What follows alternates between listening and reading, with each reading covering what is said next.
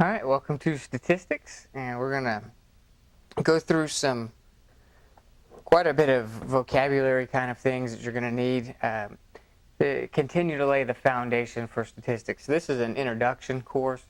The focus is to get you familiar with some of the basic concepts of statistics, so that at a later date, if you wanted, you could go on to more advanced studies, and at least the core vocabulary will be familiar to you. All right, so that's all we're trying to accomplish with an introduction course here, right? So we haven't really got into any of the math or any of the actual plotting of the data itself, which you could do in an advanced course. You could do it on your own if you wanted. But what we do want to do is at least lay the foundation so that when you move on to some of these things, you can go into the advanced concepts without it feeling like you don't know anything in this field, right? So we're going to go through a few other things. Some of these things we'll start off with, you may have heard just from regular everyday usage, and then we'll probably go into some things in this lesson that you have not heard. All right, so we're going to start with a discussion of measuring the center, right? So if you remember, if we've got our chart here, and you say you plot all of your observations. Remember, the observations are whatever the data points are, right? So if my question was how tall is somebody, well, every person's height becomes a data point that I plot on my chart. And so if I was to plot out my chart, it will probably look something like this, with somewhere around 5'10" to 6 foot falling right in the middle, and then a lot of people shorter than that, quite a few people taller than that, and it kind of creates this what is known as a normal shaped distribution. This is called a bell curve. That's something that you'll need to know. The bell curve is just another way of saying a normal distribution. Normal distribution means that if you were to draw this mean line, mean is the average, right? So that's another one that you'll need. Mean is the average. So think about it that way. If you added up all the heights and divided it by the number of people who you tested, that's your average. Same thing with your, that you do with your test scores for your grades. If you add up all the grades that you had, divide by the number of assignments, that's your average grade per assignment, right? So that's the mean.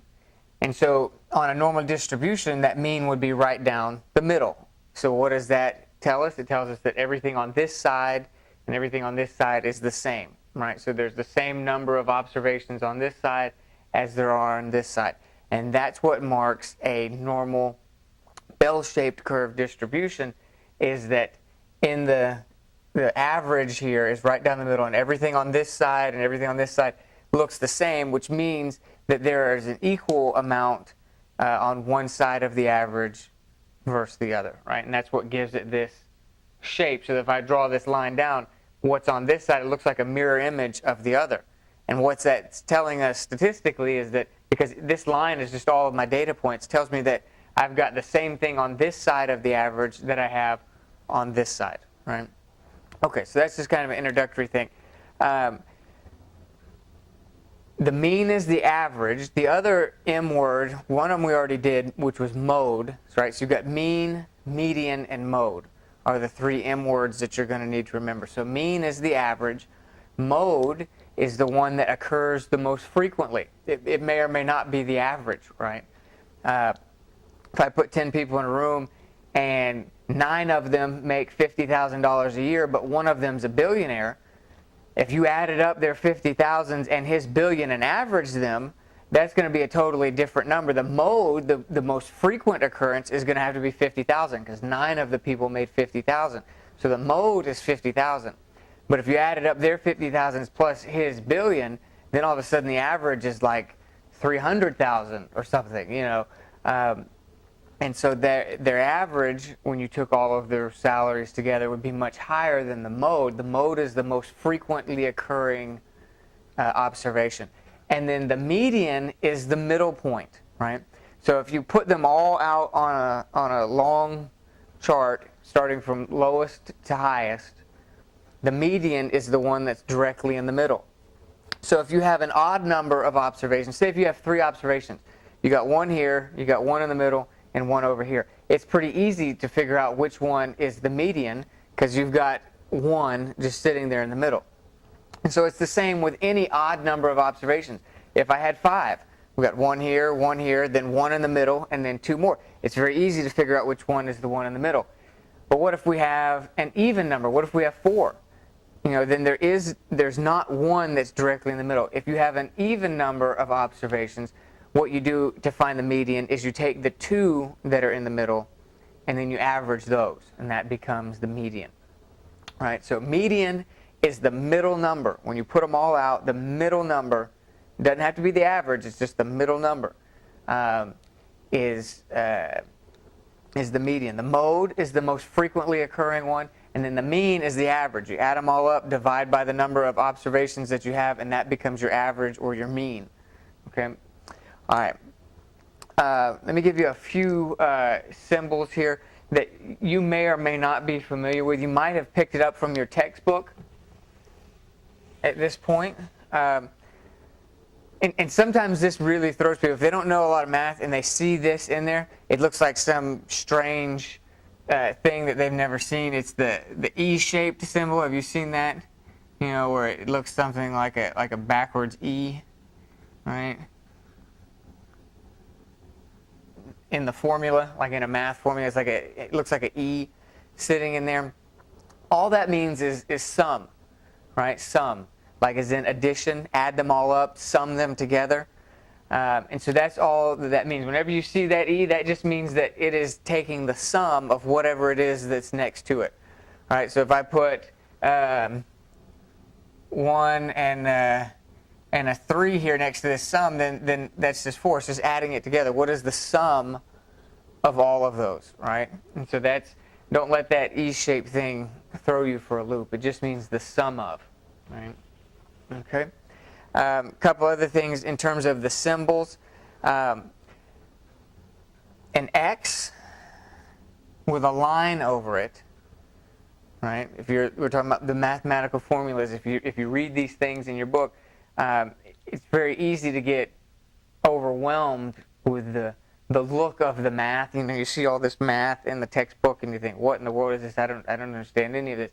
A lot of it is because there are specific symbols that are specific to statistics, right? That they use quite a bit in those, and if you know those, then all of a sudden those formulas, they're not quite as daunting, right? So the X with a line over it, that just simply means the mean or average, right? So if you see X with a line over it, that's all it's saying. And if you see that E-shaped thing, that's not a good way to draw it, but you see that E, by now you guys know I'm very good at drawing, but when you see that backwards E thing, or the kind of cursive Greek-looking E thing, that means sum. You see the X with the line over it, that means average or mean, okay? If you see the variable N, that almost always stands for number of observations, right? So that's an easy one to remember, N for number of observations. So if the N equals 10, they did a survey and they say N equals 10, that means that 10 people took the survey, because that's how many observations that they have, right? Or if they're they went through a store and they asked people to fill out a questionnaire. However many people did it, that's the N number, the number of observations, right? Okay. Couple other things, an outlier. I don't know if we talked about this in any of the other classes, but an outlier is, say if I've got all my distribution here, I'm charting on my graph here, and so I got all this stuff, but what if I have one answer that's way over here? Everything else on my chart, right, falls over here somewhere. But I got this one strange questionnaire answer that comes way over here or something, or whatever it is, right? So whatever your normal amount of data is, if you've got something that's way off, that's a totally different kind of answer than the other people, that's called an outlier because it lies out and away from everything else. Outlier. It's a far away from the rest of your answers, right? And so the trouble with an outlier is it can really throw off your average, right? To go back to that example of the billionaire, if I had 1,000 people in the room and all of them made $25,000 a year, 999 of them make $25,000 a year, but then I've got one multi-billionaire in that 1,000. If we average their averages, it's going to be like $200,000 a year, right? Because that billionaire, when you add his money into it and then divide by 1,000, it's going to be like $200,000 a year is the average income there, right? But that doesn't really help you much, does it? Because 999 of those people only make $25,000 a year. So to say that the average is $200,000 doesn't really paint a good picture for you of what's going on in that room, because the 999, they're making $25,000 a year. They're nowhere near $200,000. And the multi-billionaire is nowhere near $200,000 either, right? And so what happened there? The outlier, that multi-billionaire's salary, because he was so far away from everybody else's, when you include him into the average, it really throws it off. So the better thing to do sometimes is to, sometimes they will cut off the outliers, right? To get, if they're trying to get a better picture of the majority of what's going on for most people, they may cut off a certain percentage of the outliers so that it doesn't throw off the numbers too much when they're trying to understand the majority, right? So if we cut that one billionaire's salary out and then average everybody else's, then all of a sudden it says the average salary is $25,000, and that's right on. And so that is why you would cut out sometimes an outlier, right? Okay. Couple other things. If you hear the word perfectly symmetric, right, that means that the mean equals the median, right? So the average and the middle number are the same. So if the mean and the median are the same, right, that's this normal perfect distribution here. That this is the middle number, because you got everything up to here and everything up to here. The middle number is right here. And the average is also right here. And so when the mean and the median are the same, it gives you this perfectly symmetrical chart, right? Okay. A couple other things here. I'm going to give you some of your vocabulary here. One of the words that you'll need to know is range. Range.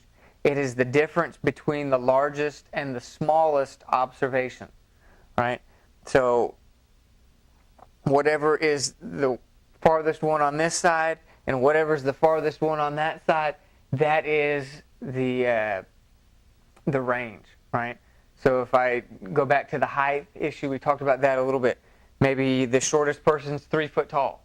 Maybe the tallest person is 8 foot tall. So my range is the highest and the smallest, right, subtracted from each other. So my range is 5 feet. So, you know, if the smallest person's 3 foot tall and the tallest person is 8 foot tall, all of my responses are going to fall within that 5 foot range, from either between 3 foot and 8 foot. The difference between that is 5 feet of height. So that means if my smallest one is 3 feet, my highest one is 8 feet, all the other ones are going to be within 5 feet of that, right? Because that was the smallest and largest. So my smallest is 3, my highest is 8. That means everything in the middle is 5 feet, right? There's a range of 5 feet. So it could be someone's 4 foot, someone's 7 foot, someone's 5 foot. But whatever it is, if my smallest is 3 and my tallest is 8, you subtract those, that gives you a 5 foot range where all of our heights are going to fall between either 3 foot or 8 foot. Okay. All right. Deviation, right, is the difference between an observation and the mean, right? So if the average is right here and I'm over here, the difference between me and the average is my deviation, right? Statistically speaking. You can apply that to ministry, and someone that is not acting right, or a child that's misbehaving, we say they're showing deviant behavior. They're not acting normal, right? And so the distance that your observation is from the mean is its deviation, right? Okay. If it's higher than the average, it's called a positive deviation. If it's lower than the average, it's a negative deviation. Okay. And then a standard deviation, that's probably one that you've heard before. Standard deviation is a typical distance from the average, right? So average is here, but as you can see, the majority of people are not that average median number, right? A lot of people are, but more people are on one side or the other than are right here in the very middle. And so standard deviation is, where this amount here on either side, that's where the majority of people fall, is on one side or the other of that. And so your typical distance from the average, this meaty part of your chart there, is called your standard deviation, right? Okay. A bell-shaped curve, we talked about that a little bit, is what this is called. When it's that standard normal, so a normal distribution and a bell-shaped curve, basically the same thing, right? Okay. And then if you're trying to, another variable that you may run into is the S, right? And so whatever the S is, if you see that small s, just like if you see n equals 10, that means that there are 10 people who took the thing. If you see s equals 2, that's the number of standard deviations that observation is. So s stands for the standard deviation. So if you see that in one of your statistical formulas, you see that small s, that means standard deviation. How far away from the average is it? Okay. And then a couple other concepts, and then we'll wrap up this lesson. One of them is percentiles, right? A percentile is normally represented by the variable p, right? P for percentile. Okay. And so this you've probably heard in your tests, right? Like when you get the SAT test or something like that, that they want to know, what percentile did you score? So if you scored in the 90th percentile, right? So if P equals 90, you scored in the 90th percentile, that means that 90% of the scores were at or below yours, right? So P, the percentile, is whatever number. So if this was my percentile here, this may be like 96 percentile over here. That means all the scores, 96% of the scores were lower than behind this one, right? So this one's over here. 96% of all the rest are back this way. And so this would be something in the 96th percentile. So if this was test scores, and say if this was like a 80 to an 85% correct, right? So your B range.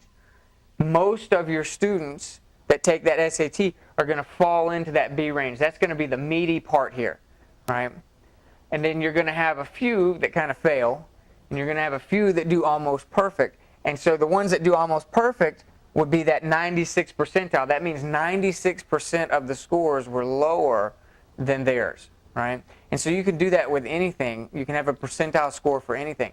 So whenever you hear the P equals whatever, that percentile, and this is for statistics. If you were just taking an algebra class, a lot of times the variables don't mean anything. They're just, they don't have a specific thing like P. If you saw P in just an algebra class, it doesn't mean percentile. But when you're dealing with statistics and the language of statistics, the variables often take on specific meaning. So P equals 90 is a percentile score that says 90% of the observations were lower than that particular one, right? And so every observation on here could have a percentile score. So if I went back here, this may be a 5 percentile score. That means 95% of the scores were higher than that one, right? And only 5% were at or below that one. So that's how you do percentiles. And then along the lines of percentiles is another concept in statistics called quartiles, right? So think of quarter, right?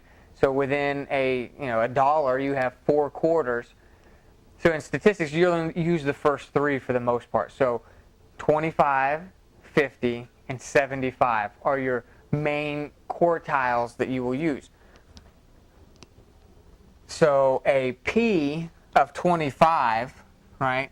You're at the 20, a p-value of 25, your percentile of 25. That means 25% of the scores are lower, 75% of the scores are higher. A P of 25 is the same thing as the first quartile, which is 25. The second quartile is 50, and the third quartile is 75. So those are percentile values that take on a little bit extra meaning in statistics. So you've got the 25 level, the 50 level, and the 75 level. Normally, if you got to those, you wouldn't call them the 25th percentile. You'd call it the first quartile, right? So that's how you would say that. Or if it was at 50, you wouldn't say it's the 50th percentile, although you could. And the 50th percentile means the same thing as the second quartile, because the second quartile is 50. And then 75 is the third quartile. So you could say the 75th percentile or the third quartile, right? So think of quartile, think of quarter, 25, 50, 75, okay? Which leads to a concept called the IQR. IQR. This is the interquartile range. Interquartile range. Basically, if you're going to develop the interquartile range, you are subtracting quartile 3 from quartile 1, right? And that gives you that middle part. It gives you 25 through 75, that middle 50%, so to speak, right? So if P25, that's the same thing as quartile 1, the 25th quartile, everything below that's a pretty low score, right? If you're talking about the lowest 25% of all the SAT scores, those are all probably pretty low. And then if you went to the third quartile, that's 75%. Everything over 75%, that's pretty high. That's a good score, right? Those are all pretty high. So if you wanted to get the real meat of the majority of the scores, it would be the things that take place between that 25 and 75%. And so that's why that's a very popular statistical method, is to find the IQR, the interquartile range. What is that range between the first and the third quartile? The 25 percentile and the 75%. That middle part there tends to represent quite a few of the scores, and it really gives you a real good look at the kind of the meat of the middle section there, right? And so that's what that IQR is. And then to wrap it up, you have a concept in statistics called a Z-score. A Z-score. And the reason I'm going through the vocabulary is because statistics, I mean, it's difficult enough as it is when you get into the application part and actually doing it, but it becomes very difficult if you're not familiar with the vocabulary, because you don't talk about the interquartile range and Z-scores and things like that in everyday usage. So that's why I thought it was best for an introduction course to at least introduce some of this language, right? And kind of get us all on the same page with the language of the world of statistics. The Z-score is the number of deviations away from the mean, right? And I'm not going to get into how you calculate standard deviations. It deals with squaring the different observations. So we're not going to get into that, but just understand that you can have standard deviations, right? So everything that's in here would fall into the first standard deviation. All this stuff falls into the second one. All this stuff falls into the third one. And then the farther out you get, the very few answers could possibly be more than, like, say, 3 standard deviations away. So the majority of all of your responses on a normal bell-shaped curve like this are going to fall within the first 3 standard deviations on either side. So if you had a score that was here, maybe it's 1.4 standard deviations away. So the z-score would be 1.4. It tells you how far away from the average in terms of standard deviations that the score is. So if you had something that was like a 4, you would say, well, that's probably an outlier, right? Because it's so far away from the standard deviation. If you had something that was a 1.1 or something like that, you'd say, well, that's probably right in the middle of the average. It's not very surprising. If it's a 1.1, that's what most people are getting, right? But a z-score of 4 would be fairly surprising, right? Because it would be considered basically an outlier of some sort, right? Okay, so that's all we'll do for this lesson. Little by little in statistics, you begin to build familiarity with the vocabulary and the concepts, and then I believe then that familiarity leads to being able to actually apply it in real world life. I don't think you can skip right to the application stages and skip some of this introduction to the concepts. It just doesn't work that way. So I think for an introductory course, it's better, let's introduce the vocabulary, get you on that page, and then in more advanced courses, we can think about how do we take these concepts and begin to use them at higher levels, right? Okay.